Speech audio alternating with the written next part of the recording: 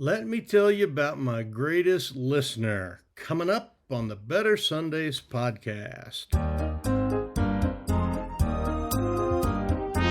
Welcome to the Better Sundays podcast. Focused, practical, and usable advice for church leaders looking to reach new young families and impact their community.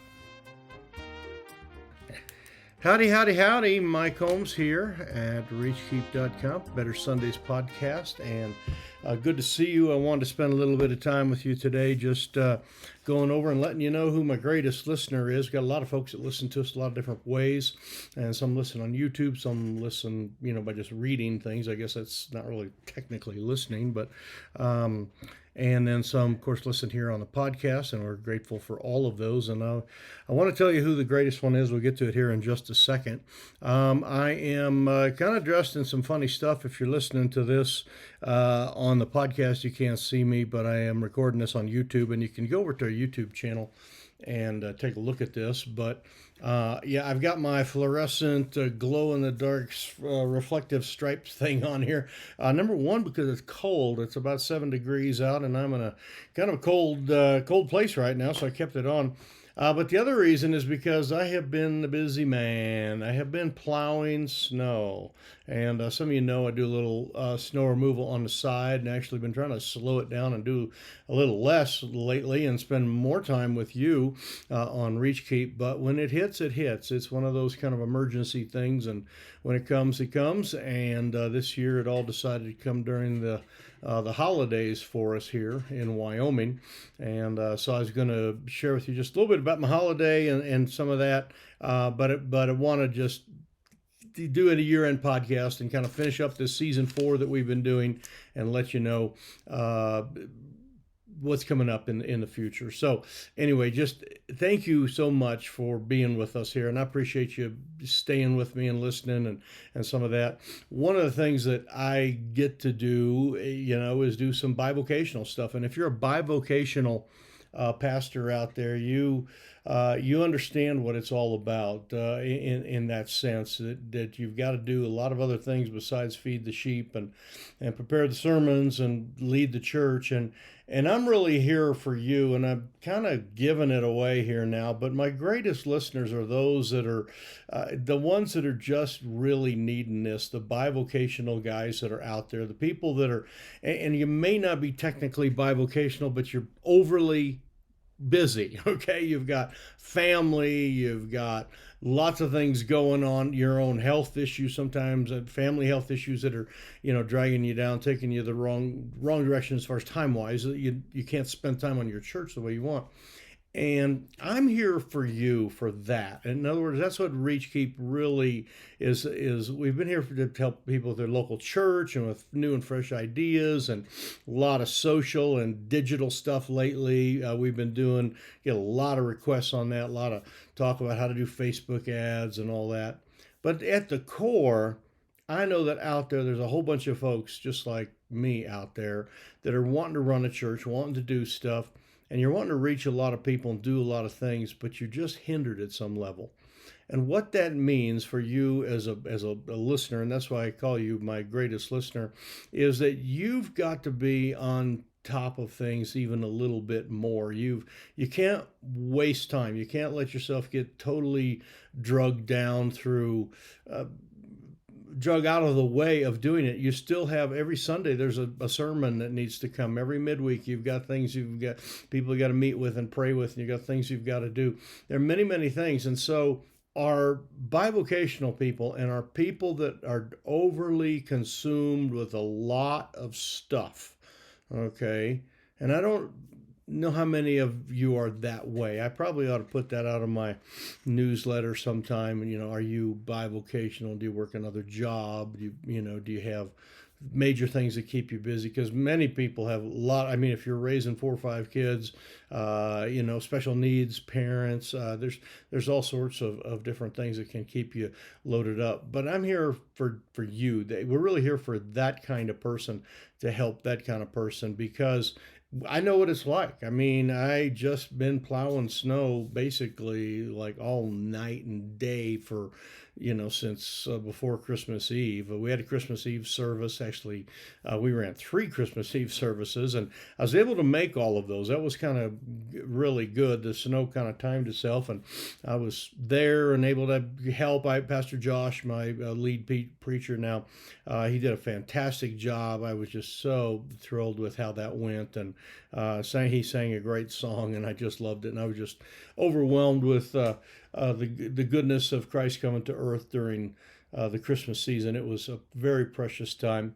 But that night I went out and started at midnight and plowed snow till like 8 in the morning, just because it was here and came and we had to do it. And where we live, we get snow with wind, and so it's a little bit different. You can end up with like this much snow and have the roads closed. In fact, we're on Interstate 80, has been closed for, oh boy, 5 out of the last 6 days probably. It's been closed. You can't get out or get back in, or if you leave, you can't get out. I mean, it's been bad. And so I've been busy, and I know what that's like. And then Christmas Day came, and I woke up, slept a little bit in the morning, woke up, did some stuff with the family, and then we went out and did some more plowing that entire night again. Came home, did some more stuff with the family. Seems like I came home, ate food with the family, and all my boys were in town. Some of you know my boys. I have two boys that live in Montana, and they run a construction business up there. I have one boy in Bible college at Maranatha, and he had to drive all the way back. He's been on the road for 24 hours driving back. The other ones are still driving back yet tonight, and have another 5 or 6 hours to go. So there's a little tension going on there. But all my family was in town with all the grandkids, and I would eat, and then I would fall asleep, and then I'd go back out, and then I'd come back, do another family thing, and go back out. And then, of course, there was a Sunday after that, and that was complicated, and it's been complicated since then. So, but you have a complicated life, and I am here for the complicated guy. Okay, if your life is complex, if your life is some of that, then what you need someone to come alongside you and help you figure out some of the simpler things. And so I'm very excited about what we're doing here in season 5 of our podcast, and we have different seasons, and they don't last a whole year, but for the next quite a few months in season 5, we're going to be dealing with church leadership and the idea of you being the leader that you need to be. And I have about 100 different topics, that I've written down of things that can help you. Everything from delegation to, getting volunteers to, working with your congregation, how to get, motivate your people and, get them to sing better, do better, give better, all that kind of stuff. All of that is leadership. And the New Testament is just absolutely filled with it. Jesus was such a leader, and he had in times he led this way with these people, and then he led this way with those people. We'll talk about that, what we call situational leadership. Just want to talk about, what to do when you're disappointed with people and how to talk to them. We're going to talk about how to praise people and lift them up the right way, and how to streamline your church. Anyway, lots on leadership, and that is coming up, and I'm here to help that church that is complicated, where your life is complicated. Maybe your church isn't as complicated, but your life is, and I'm here to help you make that smoother. And so very, very excited about that. So I do want to say thanks so much for the folks that have made this last year and this last season. We started doing the Ask Mike thing this last season, and that has been really good. And if you have questions, you can send those in to info@reachkeep.com, and we're going to continue to sprinkle those in. That has been really kind of fun, answering these questions that come in from the churches and from Sunday school teachers about different specific things, and helping out in there. But I want to thank the people that are my YouTube watchers and YouTubers, or whatever you call yourself, I guess, if you watch. Thankful for that. Thankful for the hundreds and hundreds of people that have listened on the podcast, however it is you catch your podcasts there. So thankful for that, and for all the people that hit the share buttons and some of that stuff, or recommend me and our materials to another preacher that's struggling.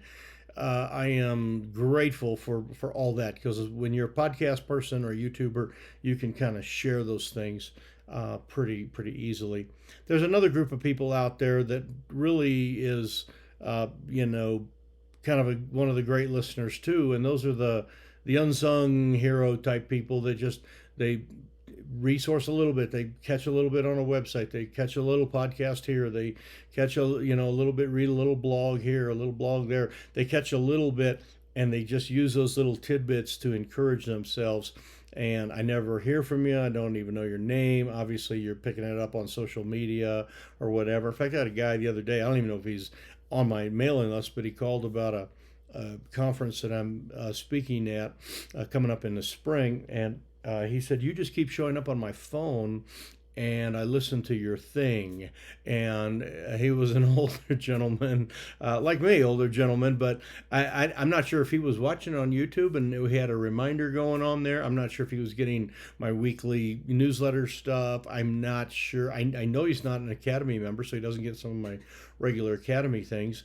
And I know, well, I don't know, maybe it was a podcast he was getting. I don't know, but I do know that there are hundreds of people out there, myself included, because I go to different people for resources, and I listen to this sermon, or I catch this leadership podcast, or I peruse this website, and I get little tidbits, and I don't write the guy, whoever it was, and say, "Hey, thanks for that great stuff."